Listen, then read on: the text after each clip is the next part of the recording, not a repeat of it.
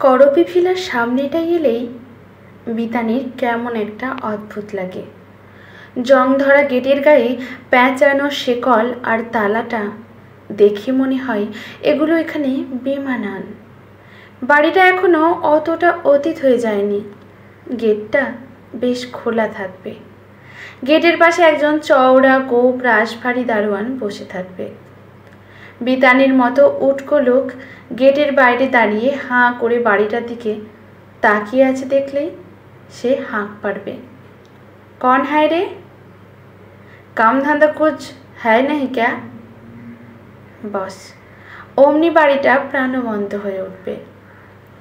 বিতান যদিও মোটেও উটকো লোক নয়, রীতিমতো এসএসসির যুদ্ধে জিতে এখনকার সরকারি বয়েজ স্কুলে বাংলার বিডি স্যার হয়ে গেছে। তবে চিরকালই বিতান নিজেকে নগণ্য তুচ্ছ প্রায় অদৃশ্য এক মানুষ ভাবতে ভালোবাসে। বাংলা অনার্সে ভর্তি হয়ে যখন দেখেছিল ক্লাসেও একা ছেলে আর 19টা মেয়ে, আর তারা সবাই ওকে ভালোবেসে রাখি পরাতে চায়, তখন থেকেই ওর নিজেকে তুচ্ছ জ্ঞান করার অভ্যাসটা আরও পোক্ত হয়েছে। তবে এই রসিকপুরে চাকরি নিয়ে আসার পর থেকে বিতান নিজের গুরুত্বটা হালকা বুঝতে পারছে, বা বলা ভালো এলিজিবল ব্যাচেলার কথাটার অর্থ অনুধাবন করছে। রাস্তাঘাটে বেরোলেই রসিকপুরে কাকা জ্যাঠা মেসোমশাইরা সব বিতানের যত্ন আত্তি করতে ব্যস্ত হয়ে পড়েন। পরে বিশ্বাসযোগ্য সূত্রে পাওয়া খবরে জানা যায় এরা সবাই বিবাহযোগ্যা কন্যাদের বাবা। আজকাল থেকেই রঞ্জিত মল্লিক, মিঠুন মুখার্জির সেই মৌচাক সিনেমাটার কথা মনে পড়ে যায় বিতানের। তা হতে ইচ্ছুক। অভিভাবকদের হাত থেকে রক্ষা পাওয়ার জন্য বিতান মাঝে মাঝেই করবি ভিলার আশেপাশে ঘোরাঘুরি করে। এই ব্যাপারটা যদিও ওই অভিভাবক হতে চাওয়া মানুষজনের একেবারেই পছন্দ নয়। বেশ কয়েকজন মানুষ কাকাবাবু বিতানকে তা বুঝিয়েও দিয়েছেন। বাবা জীবন, ওই পোড়ো বাড়িটার আশেপাশে না গেলেই কি নয়, ওখানকার হাওয়া গায়ে লাগা ভালো না মোটে। এখন অবশ্যই অল্প বয়স, এসব কথা ভাল লাগবে না। তাও যদি এই বুড়োটার কথা শোনো। এসব কথা শুনলে বিতানের রাগ হয়। বরাবরের মুখ চোরা, তাই মুখ ফুটে কিছু বলতে পারে না কাউকে। শুধু করবি ভিলার আশেপাশে যাতায়াতটা বাড়িয়ে দেয় আরও।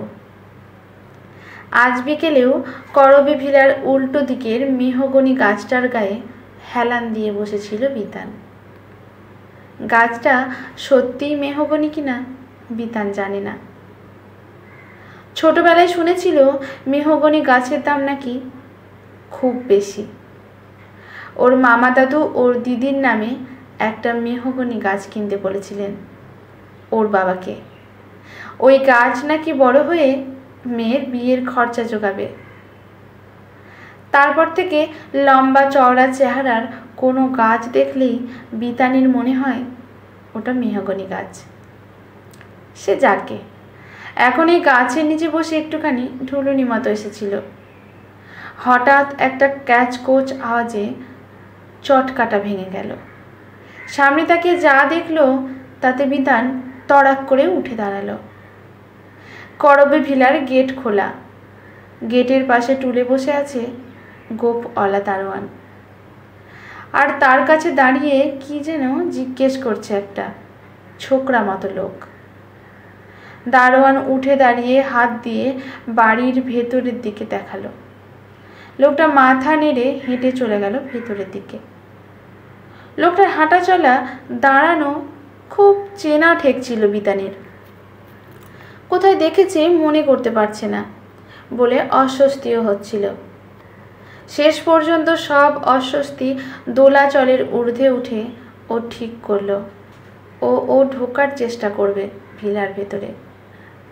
যদি দারোয়ান হাঁকিয়ে দেয় তাহলে তো হয়েই গেল, নইলে ভেতরে ঢুকে একবার বাড়ির চৌহদ্দিতে টহল দিয়ে আসবে।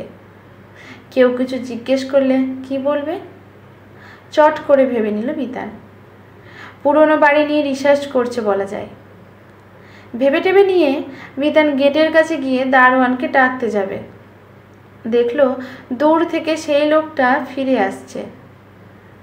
লোকটা যত এগিয়ে আসছে আয়না দেখার মতো একটা ভাব হতে লাগলো বিতানের ভেতরে। আজ সকালে কি দাঁড়িয়ে কামিয়েছিল মনে পড়ছে না। হালকা খোঁচা খোঁচা দাড়ি দেখা যাচ্ছে। বাঁ দিকের গোঁফটা এবার একটু ছোট হয়ে গেছে মনে হচ্ছিল, এখন পরিষ্কার বোঝা যাচ্ছে। ইস্ত্রিটাও ভালো হয়নি। পকেটের কাছে একটা ভাঁজ পড়েছে। বাড়িতে আয়নায় এত কিছু চোখে পড়েনি ঠিকই, মনেও ঢোকে না। এখানে বিকেলের আলোয় নিজের চেহারাটা নিজের সামনে দেখে সব খুঁটিনাটি মনে ঢুকে পড়েছিল বিতানের। লোকটা অথবা বিতান নিজেই বিতানকে পেরিয়ে বাইরে বেরিয়ে আসবে। ইতস্তত করে বিতান ডেকে উঠল, বিতান শোন। গলার আওয়াজ নিজের কানে পৌঁছতেই অপ্রস্তুত হলো। ও খানিকটা সচেতন হয়তো। নিজেকে নিজের নাম ধরে ডাকা তো চারটিখানি কথা নয়। এরপরে যেটা ঘটলো সেটা এতক্ষণ ধরে ঘটে চলা ঘটনাগুলোর চেয়েও অদ্ভুত।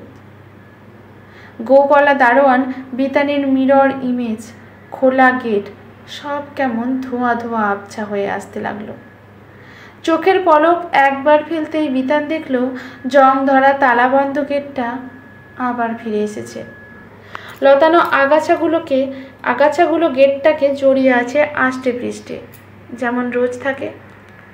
এসব দেখে দেখে অজ্ঞান হবে কি হবে না ভাবতে ভাবতেই একটা কথা মাথায় এলো।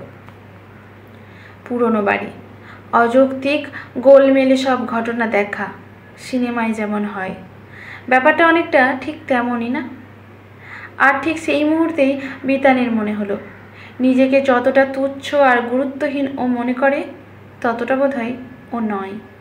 তেমন হলে কি আর সিনেমার মতো ব্যাপার স্যাপারগুলো ওর সঙ্গে ঘটতে পারত?